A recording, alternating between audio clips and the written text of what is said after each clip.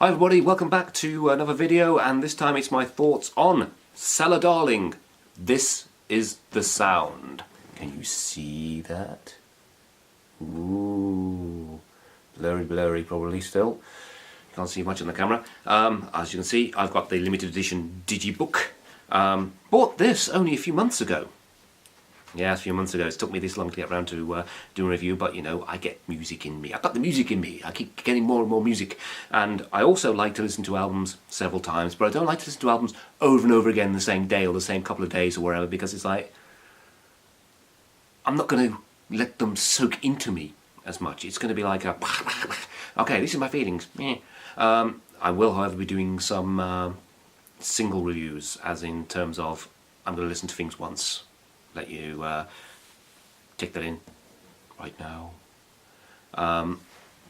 They'll be like first impressions, because the internet's full of first impression type stuff. People turn off after a couple of seconds on stuff they don't like, just like mine. It's like, so I'm going to be doing whole albums though. I'll be able to last a whole album, and then give you my first impressions in a review, and I'll be doing I listen through one of the tracks as well, and it'll probably come across as very, very unfair. One single listen does not help an album a lot of the times. It just makes you go, I'd like to listen to more. Or mostly, nah. In this case, of course, I've listened to Cellar Darling quite a few times now. It is the digibook. Right, digibook is limited edition, right? I got this dirt cheap because there were so many still available, which is really sad. Go out there and buy this damn album. That being said, their new album is out next month in March, because I'm filming this in February. The Spell. I've already got it on order. So I think you can guess how this review is going to go. Because this is a brilliant album for the most part. The digibook, the limited edition digibook, if there's another version out there, I don't know, because all they offered on the couple of sites I saw it on was this one. Has 17 songs on it. That's quite a lot. That is quite a lot. Some of the songs are very short. Very short. Some of the songs feel not quite fleshed out the way they should be.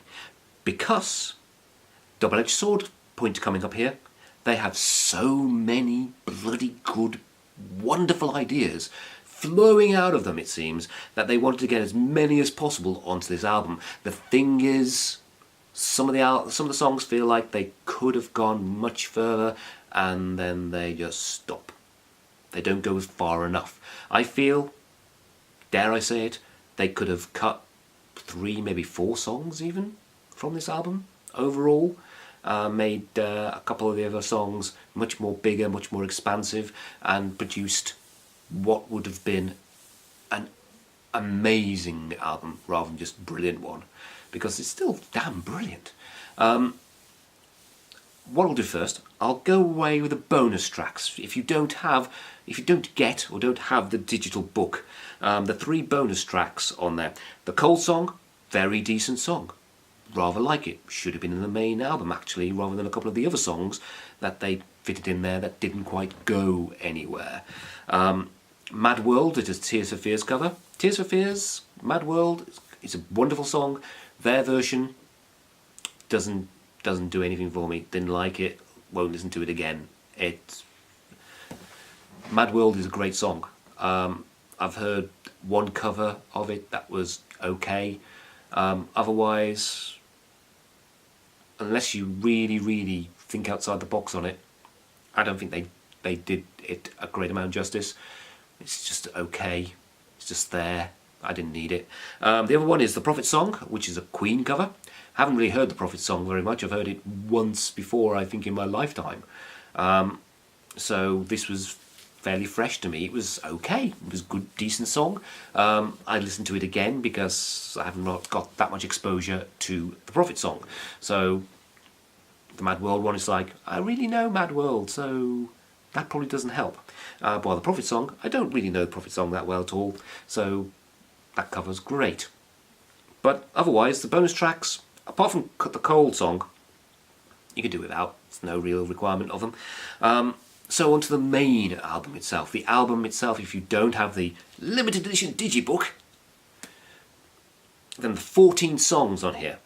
It kicks off with commercial, melodic, wonderful designed song called Avalanche.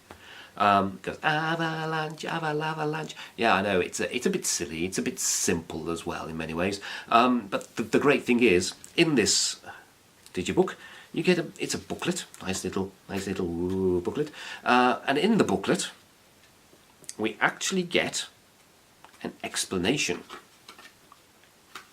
Somewhere, I'll get what the thing is actually called at the start. Introduction to the extended booklet.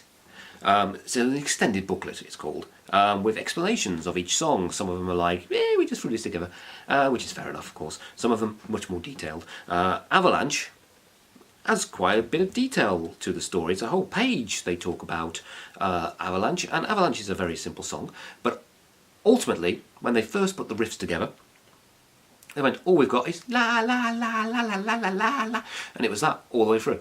And they were like, we've got to find something. We've got to find lyrics, but we've got to find something to fill up the la la la bit. And they thought of avalanche, avalanche, and they went, wait a minute, and they created a story around that. So, what came first? La la la came first. Then came avalanche to fill in the la la la bit, and then a story to actually fill around it. And it's quite good for a one of the great commercial songs on this album, and yet it was just like serendipity, if you were, that they found this word, they decided that word would fit, and then they created a little story around it. Avalanche is a great song. I'd not heard that before. I'd heard even a song off the next album, and a couple of their other ones, though. And I heard this watching another reaction channel. So I thought, hey, I'll just listen to a reaction channel for one of the songs I hadn't heard, and it was cracking. It was cracking. It's a great start to the album. The next song in, Black Moon, is one I have listened to. If you're not listening to any Cellar Darling and want to listen to it along with me, the link for my video is in the description box below. And Black Moon was the first song I'd heard from this album. Further on in, we get to 6 Days. 6 Days is one of their big progressive songs. It's basically a template almost for Insomnia, which is one of the new songs of their new album. And the new album is going to be a progressive concept album. Really is. 2 songs in, I've heard that from that album now, and both of them are like, woo, woo. Looking forward to that very much indeed. 6 Days is basically a taster for it in many ways, because it follows a similar sort of template, similar sort of idea, similar sort of sound to what the Spell album is going to come out with. It's, you know, you've heard bands before, they brought out an album, it's like, half an album is like that, and the other half of the songs are like that, and you're going like, which way they're going to go? And sometimes they go the way you're going like, yeah, and sometimes the way they go another way, the way you go like, oh, it was all right, but I wanted it that way. And there's a few bands I could mention that changed their sound or moved their sound towards something far superior based on a few songs from that album, or something more mediocre based on songs that it's totally up to the artist, of course, the way they like their music. It's just as a consumer, as a listener, you always want it to go your way, but when it doesn't, do I throw my toys at the pram and stuff like that? Not really. I'm like, damn, I really like them. I really wanted that to be good for me. They're not producing what I want. I won't bother listening to that album. I'll see if they produce the next album. And sometimes they do, sometimes they don't. It's like, that's the way it goes. So I just flick to something else. Like I think a lot of music fans ultimately do. It's like, that band hasn't gone in your direction, I won't bother with them anymore, or I'll listen to another stage, see if they've changed. Which sometimes happens, That's the way it goes. But 6 Days, wonderful, wonderful progressive rock track. And in fact, these guys are pretty much in the folk progressive rock mould. The band, I just forgot to even mention who the band are. There are basically 3 ex-Elvite members. Anna Murphy used to be the vocalist and hurdy-gurdy player with Elvite. And amazingly, she's the vocalist and hurdy-gurdy player for Cellar. She also plays flute, keys and soundscapes. Soundscapes. Then we've got Ivo Henze, who's on guitars and bass, and Merlin Sutter, who's on drums. So I'd expect when they do live that they flesh out a bit. I expect they've got a couple of other people that come with them on the live stuff, because you're not really going to have the same guy doing guitars and bass in a live thing, because how are they going to manage it? How are they going to manage it? They're not all miracle workers. You've got to focus on one thing. The one thing about the Cellar Darling album, it is dominated by the hurdy-gurdy. Of course, Anna Murphy's the main person in this, really, the main go-to leader, perhaps, of the group. So the hurdy-gurdy is going to be a dominant part. She is a hurdy-gurdy player after all, and most of the solos that take place on this album are also hurdy-gurdy solos. There's 1 or 2 guitar solos in there. I could do with more. I could always do with more guitar solos. Very much guitar solo band. But some of the things that the hurdy-gurdy gets up to in this album are just like, what? That's amazing. And at certain stages I'm like, I want more guitar. Don't overdo the hurdy-gurdy. And then the hurdy-gurdy comes up with something else, like, what the hell? So, you know, it's like that. It's one of those things. It's like, how she finds so many different ways to produce sounds from the hurdy-gurdy is incredible. But anyway, back to this album. Like I say, there are about 4 of the songs in the 14 songs given that really... And they're not bad songs. They're not bad, they're not terrible in any way. They're very interesting. The melodies, the ideas that are coming out, it's like, yeah. And then, like I say, they simply just go, oh, they stopped. They finished. They're over with. They're over and done with. Too soon, too quickly. Like I say, too many ideas. Too many brilliant ideas. And they wanted to get them all out there. So a little bit of restraint could have helped. Make it better than it was. It's already brilliant. But it loses a few points because of the cutting down of quality ideas. Got a quality idea. They throw the quality idea in. They stop immediately. It's like, no. Bring it back. Bring more. I'm not going to mention individual songs. I think if you are the ones that I'm disappointed with, I think you will be able to discover those yourself if you listen to the album and go like, that could have been so much more. I really liked it, but it could have been so much more. There's also a couple of songs, Under the Oak Tree and High Above These Crowns, which are basically 2 sides of the same coin, singing about the same sort of thing. But they decided that there was a change within the sound structure for each song, different elements and atmospheres that they wanted to produce, so they split them up into 2. But they left the little dots on there to say, yeah, they're actually linked. But they split them up into 2. They didn't need to split them up into 2, as far as I'm concerned. I think they could have easily segued between Under the Oak Tree and High Above These Crowns and made it into a wonderful, huge epic of a song. Instead, they've got 2 wonderful mini epics. Both of them are fine. I listen to both of them together. I can't listen to one without the other. I mean, the thing that gave it away were the little dots anyway. But I automatically think they should go together. And together, they are wow. Separately, they're really good. So, of course, it's always an artistic decision. Their decision. Totally okay with that. I just would prefer to listen to them both together. The album, like I say, has plenty of songs that just don't quite go as far as I want them to.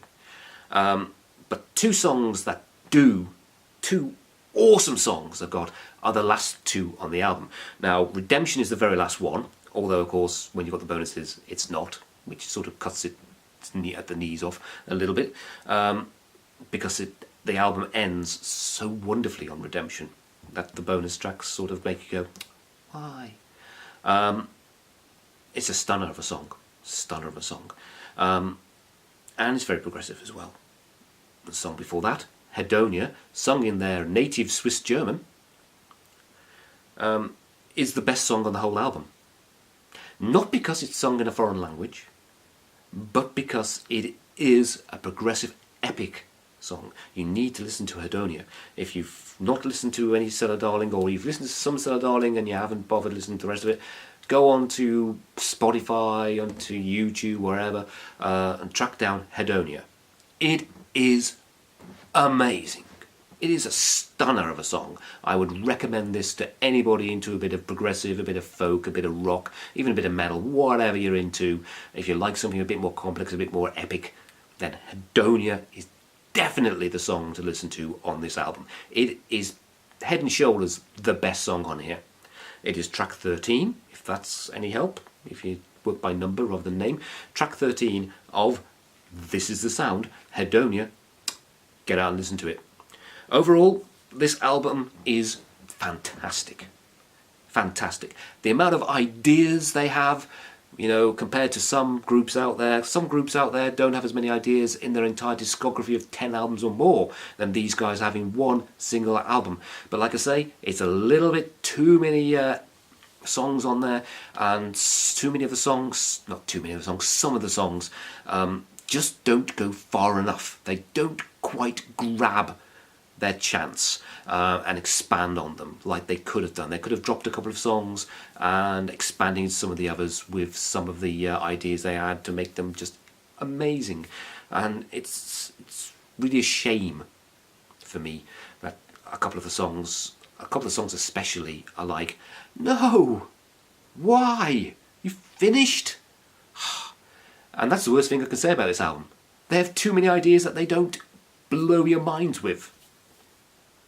There you are, that's a criticism and a half, isn't it? So ultimately, this is an album to get. This is a stunning album. And I would say, right, on one hand they disappointed me by cutting some of these songs off of the knees.